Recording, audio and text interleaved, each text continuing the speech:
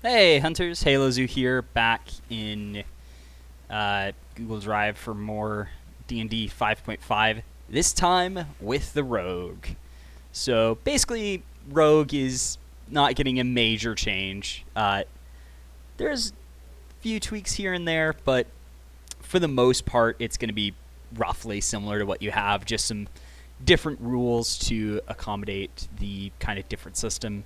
And their archetypes, at least the three in here right now, are getting some, well, they're getting some upgrades. Let's just say that.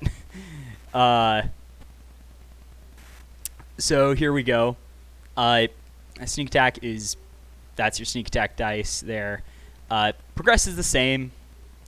As for base features, though, level 1, you have your roguish archetype now. You have sneak attack, you have expertise, you have thieves' cant. Same as it was. Nothing really needed to change here. Level 2, you get Cunning Action and Steady Aim. And keep in mind, Steady Aim does appear here, and it's not part of Cunning Action. So you'll see that. Level 3, you get an Archetype feature.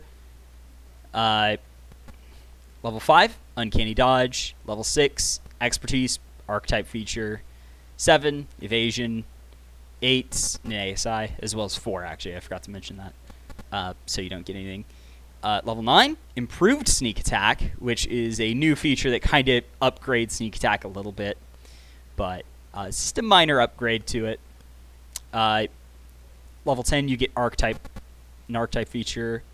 11, Reliable Talent, which has been nerfed a little bit, but that's to kind of balance it out and not make it too powerful. Level 12, you get an ability score increase, so nothing here. Blind Sense at 13. Archetype feature at 14. 15 has Slippery Mind still, which those two may get another feature. They may get changed up a bit. I don't know right now. 16, ability score increase. 17 is True Sneak Attack, which is a powerful new feature. Elusive at 18. 19 is your last ability score increase, and feat, of course, because 5.5 feats come whenever alongside ability score increase now due to some changes. Level 20, though, Archetype feature and Stroke of Luck.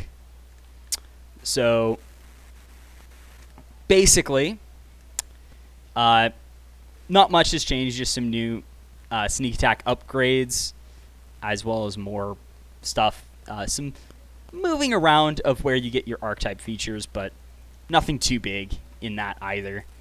So let's move on to the core features. HP, largely unchanged. Just the only change to HP, of course, being that you add your con score to starting HP now.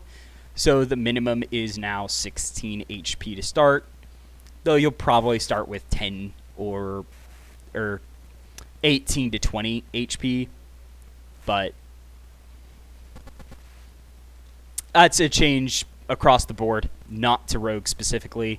Proficiencies, though. Okay, so weapon proficiencies real quick. So you still get simple weapons, the hand crossbow, rapier, and short sword, but you've lost the long sword, but you gain the saber and the scimitar.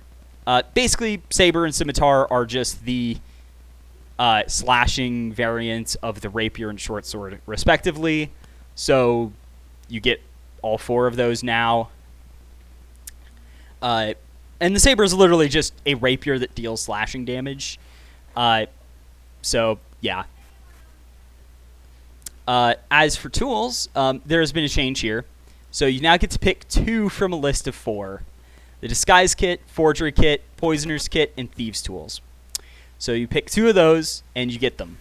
This is partly to reduce redundancy with backgrounds, and also allow more choice depending on what you pick, and kind of fit better with the idea that you have a variety of tools at your disposal as a rogue. So you get 2 choices of tools. Saving throws are Dex and Int still. Skills, same as before. Acrobatics, Athletics, Deception, Insight, Intimidation, Investigation, Perception, Performance, Persuasion, Sleight of Hand, and Stealth, and you get to pick 4 of those. Then features, first level, Roguish Archetype. Works as it did before. You choose a Roguish Archetype. Now at first level. Sneak Attack. Works similar to how it did before, with a slight change in that the club can now be used with Sneak Attack, even though it's not using Dexterity. But,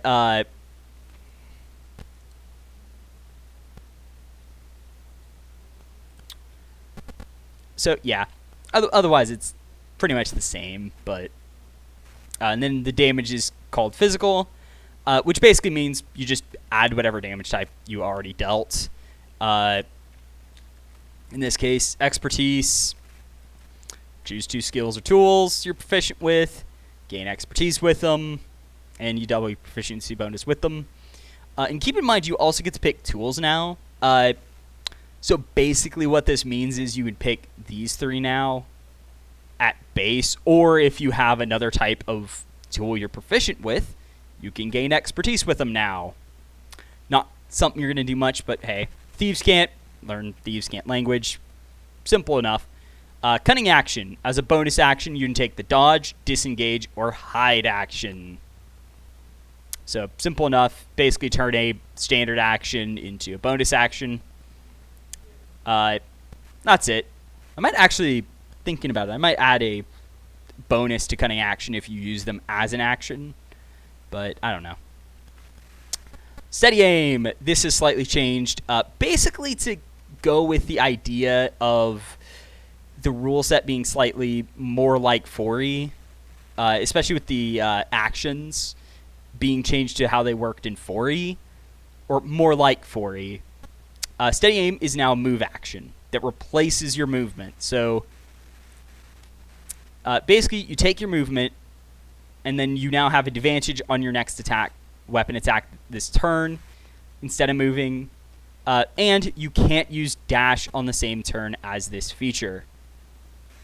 Actually reminds me, I might actually end up making a change to this, but we'll get to that in a moment. 5th level, Uncanny Dodge. Hit by an attack roll from Sorcery C. Use a reaction to take half damage from the attack. Evasion. You can take dex save against damage. Half damage on a failure, none on a success. That was named Unerring Sneak Attack. I forgot to rename that. I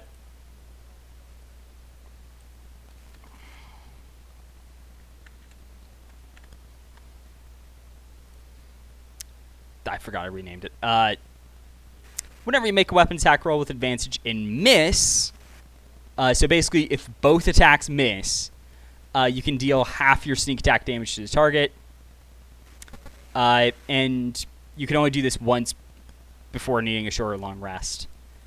So basically once per encounter, you can, if both attack rolls with advantage miss a target, you can deal half your sneak attack damage to that target. So basically a simple little like, hey, here's some extra damage that you normally wouldn't get, and just like a slight improvement on it.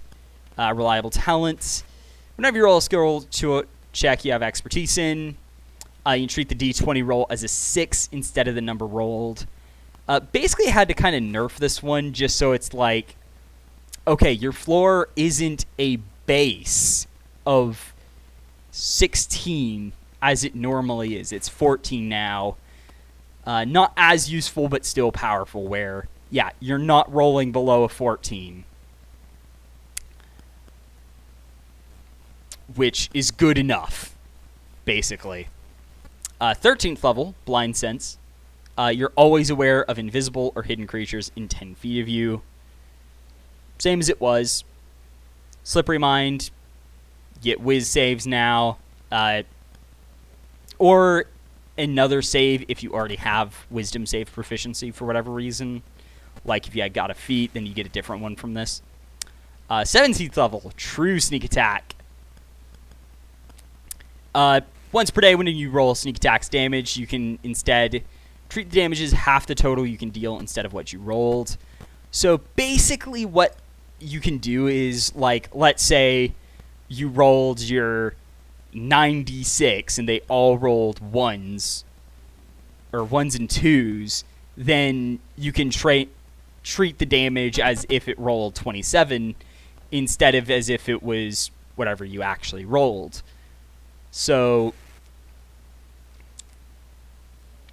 basically, you know, you can't just max it.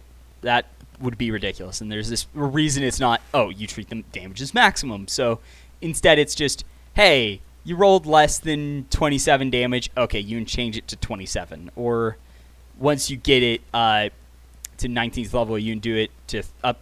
Oh, you did less than 30? Okay, set it to 30 now instead. 18th, elusive. Attack rolls can't have an advantage against you. Same as it was. 20th level, stroke of luck. I think the only change is it's twice per day. But basically, you treat a missed attack roll as a hit or a failed skill or tool check as a success. Simple enough, but you get some amazing stuff from your backgrounds now. Anyway, or not your archetypes. Anyway, so yeah, you don't need much. Speaking of archetypes, we got the Thief, Assassin, and the Arcane Trickster, which have all three been reworked a bit to kind of modify them and make them a little bit better, and also make sense for starting at first level now. So, Thief, get a bonus proficiency. I think actually all of them get a bonus proficiency, but for them, you get to choose one. Acrobatics, Athletics, or Sleight of Hand. Basically stuff that makes sense for a Thief to get. Second story work. Same as it was. Climbing doesn't cost extra movement, but you also add plus dex to the distance of and height of your jumps. So basically, if you're rolling with athletics, then it's both your strength and your dexterity. Or if for whatever reason you're doing a jump with acrobatics, then you get to double your dex. You also have Quick Snag. You can hide a single weapon that could reasonably be hidden. Basically, this is for the most part going to be one-handed light weapons.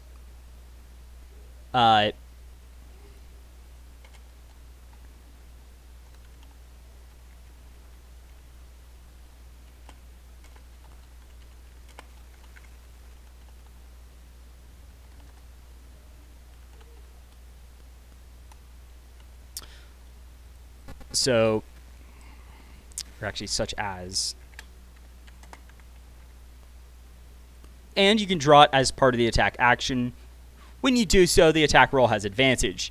Can't use advantage this way again until you roll initiative again. You can also draw potions as part of the action to use them.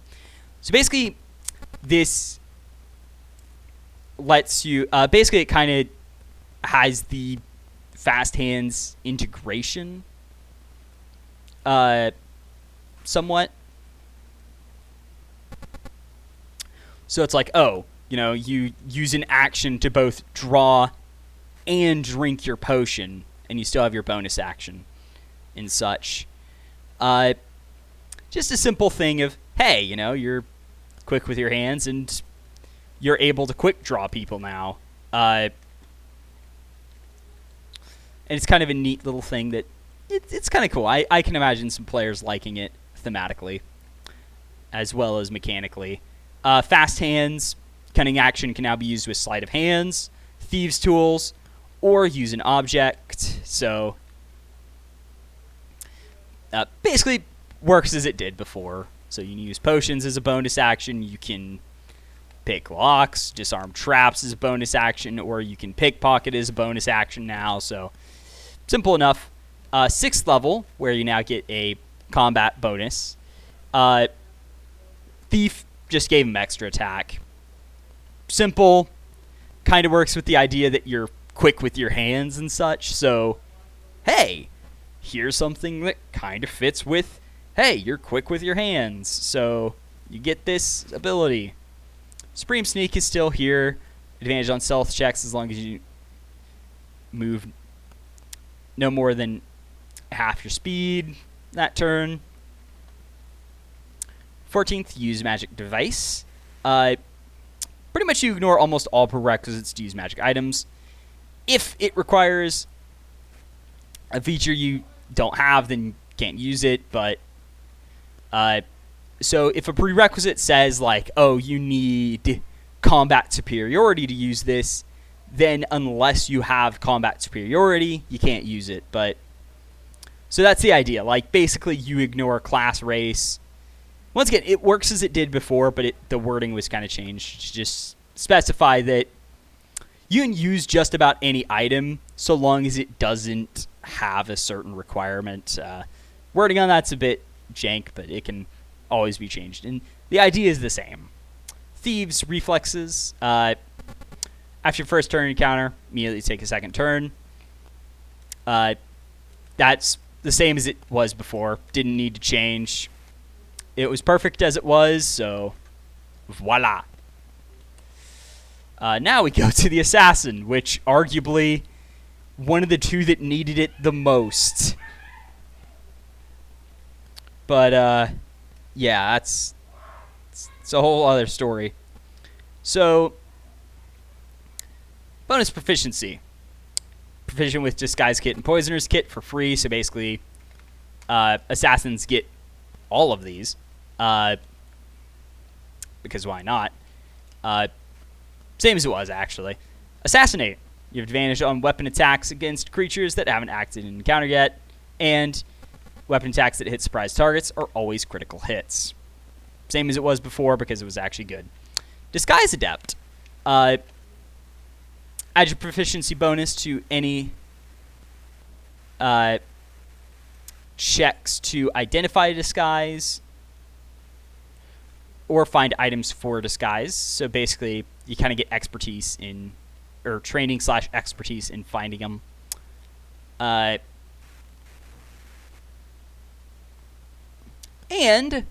you can make a disguise for 3/4 the normal price to purchase the necessary materials. And you add half your proficiency bonus to weapon attack rolls with weapons you aren't proficient with. And you take half the speed penalty for wearing armor without proficiency. Basically, this is a simple feature to say, hey, you're better at being disguised. You're not absolute garbage if you're wearing armor and using weapons you're not proficient with. So, just a simple thing that's like, hey, this is a cool idea.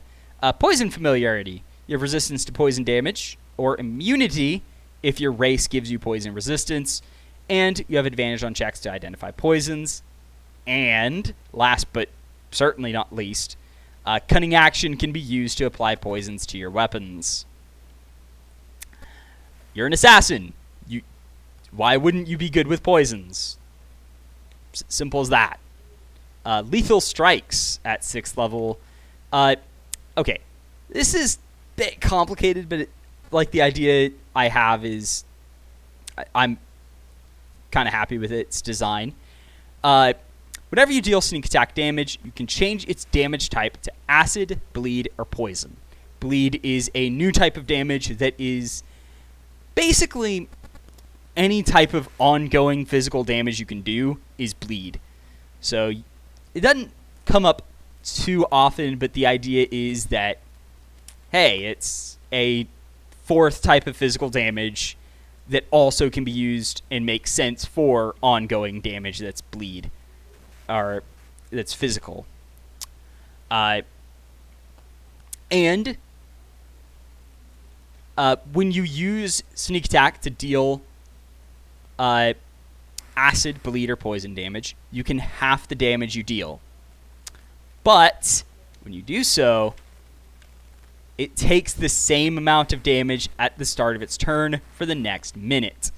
And it can make a con save to end the effect early at the end of its turns. Basically, it's ongoing damage equal to half the damage of your sneak attack that the sneak attack rolled. Basically, the damage you dealt to it up front is the damage it takes on consecutive turns. While it's taking that damage, the target only takes 2 damage per sneak attack dice whenever you would deal sneak attack damage to it. So basically, whenever you would do sneak attack damage, you instead of rolling, you just do 2 per dice. So at 6th level, I believe, you would do 6 damage because it's 3 times 2, so 6 damage. Basically, the reason for that is you're doing ongoing damage. You don't really need the normal sneak attack damage, so basically to keep it from being too bonkers. And also, keep in mind, you don't lose any damage from doing this. It's literally just, you're going to do the damage you would normally have dealt.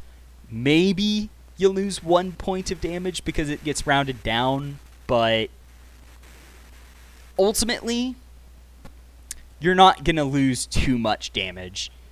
And you can only do this once per short or long rest, so you can't just stack the dot or dot everything.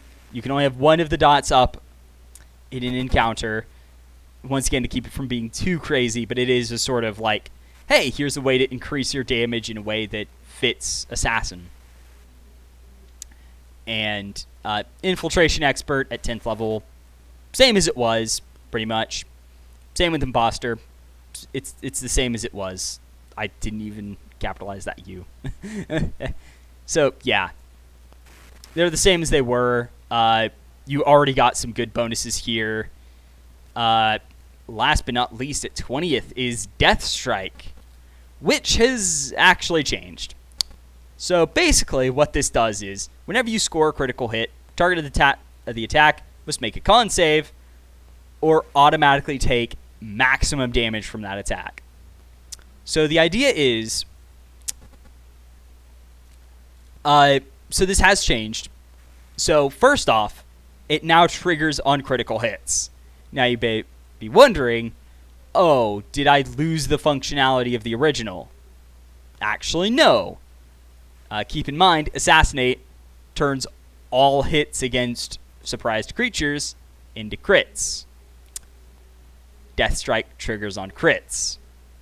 So it's actually gained functionality in that it can be triggered more often than it could before. So if you're getting attacked first, if you're getting surprised, then you can still trigger Death Strikes.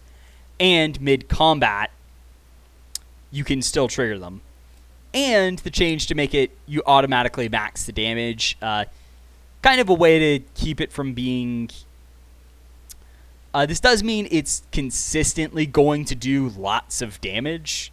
And keep in mind, you're still getting the crit bonuses, so you're still rolling double the dice from your weapon plus any other base dice, and then your 10d6 sneak attack damage.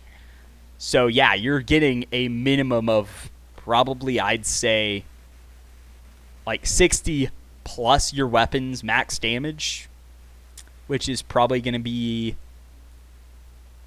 at minimum, you're going to be doing 8 plus 5, 13. So the minimum would be 73 damage if you're using a dagger. And that's not even accounting for any poisons you have on the weapon, etc., etc. So yeah, it's automatically maxing the damage. This can be better at times, because you know that moment when you roll a critical hit and then it's like, oh, you rolled a crit but then rolled 2 1s. So you're not actually doing more damage than you would have normally done. You're adding 1 damage. So yeah. Last but not least on the base archetypes is Arcane Trickster. So you start with a bonus proficiency now. Arcana or History, though. Simple enough. As for your spell casting, so I didn't change that wording.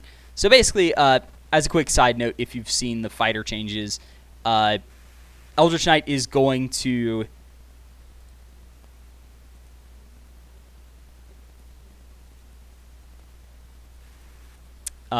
also be this way now. Not what it was before, so that's just a side note. Use Intelligence still. So that hasn't changed.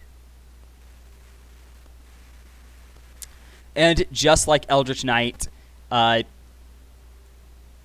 actually have a different focus now in the dagger, which I decided to change up as like, hey, why don't you you're a rogue, you use like finesse weapons, but what if you got to cast stuff with a dagger now? So you have access to the dagger as an arcane focus. Spell list, same as wizard. And of course, you can choose any spells you want of any school, but in Arcane Trickster will typically focus on enchantment and illusion spells. With the default version, that's what they do, but you can pick anything now. Cantrips scales up to 4. Get an extra one at 6 and 13. Start with only 2. And this is actually different in that this does not show how many you actually start with. Known spells progresses as such. Might change this up a little bit. But yeah. And you go up to 4th level spell slots. You get 4th at 15. 3rd at 11. And once again, this is subject to change, of course. But 2nd is at 6th currently. Might kick it down. Yeah, this is still subject to change because it's just like, not entirely sure what to do with it. But you also get 4 spell slots at 1st level. You end up with 10 spells known, but is what it is. 1st level, you also get Mage Hand Legerdemain. You learn Mage Hand. Doesn't count against cantrips known, so you basically get 3. I get +1 cantrips known, but one of them is always Mage Hand. And you can make it invisible, use it for sleight of hand, and using Thieves' Tools. So once again, largely the way it was before, but there is a cut, mostly to acknowledge the fact that you don't have Cunning Action yet. That's at 3rd level, and Cunning Spells. You can use Cunning Action to cast cantrips that don't deal damage, grant resistance / advantage, as well as to control lingering spell effects like Mage Hand or illusions. So basically, you can change illusions using Cunning Action. You can command Mage Hand with Cunning Action. You can cast Mage Hand with Cunning Action now. You can cast Minor Illusion if you wanted to. You cannot, however, cast any damaging cantrips like Ray of Frost, Shocking Grasp, or use cantrips like Blade Ward or True Strike. Those were cut because I feel like be too strong. True Strike especially would be too strong. Blade Ward doesn't really fit Arcane Trickster that well to be good with, so it's not like that either.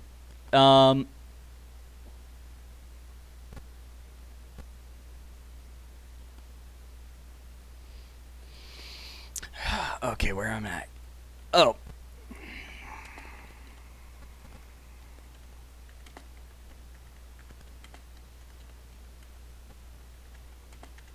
I was going to add to Cunning Spells. Steady Aim can also work with spell attacks.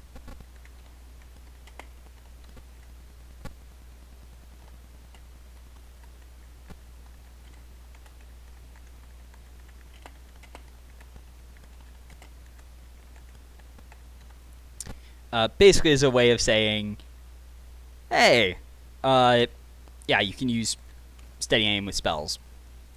So Cunning Spells is basically Cunning Action, Steady Aim. They work with spells. Spell Strike. You can sneak attack with damaging cantrips, and you can change the type of your sneak attack to Force, Necrotic, or Psychic. Kind of because they fit with the spells. And whenever you cast a spell of 1st level or higher as a standard action, you can make a weapon attack as part of that action.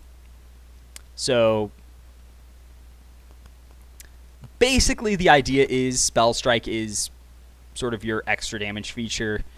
Helps you do more damage, lets you do more shenanigans with the fact that you now make weapon attacks as part of 1st level or higher spells.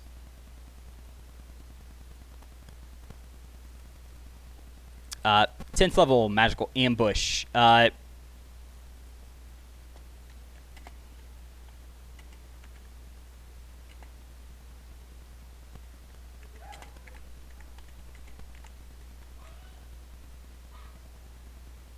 You know what?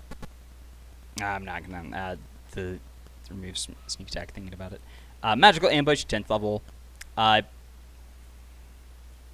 Basically, force a saving throw on a creature with advantage that you have advantage against. Choose to have the target have disadvantage on the saving throw. Versatile Trickster. While you have Mage Hand or Minor Illusion active, you can use bonus action to gain advantage on your next attack roll against a target in 5 feet of the Mage Hand or Minor Illusion. So basically, I made this work with the Mage Hand Distract now works with Minor Illusion too, because it kind of fits that it would be able to do that. Spell Thief at 20th level. Same as before, pretty much. Yeah, it didn't change. So you can still steal spells from people. It's just your 20th level feature, which it's kind of a big shenanigans thing. So anyway, without further ado, that's the changes to Rogue. Hope you all enjoyed them. And I'm certainly happy with this one. It wasn't difficult, and it's certainly not anything too special. But I hope Assassin especially is better for the changes, and I genuinely hope you all enjoy it more than base Assassin, where, yeah, you have middle features you actually care about, because 3rd and 6th level have some pretty cool stuff. May also end up changing the 10th and 14th level features, but I don't think it's that important, especially when you get the amazing damage over time that can like double or even triple your sneak attack damage. So I think they're good. But anyway, without further ado, see y'all next time. Halo Zoo out.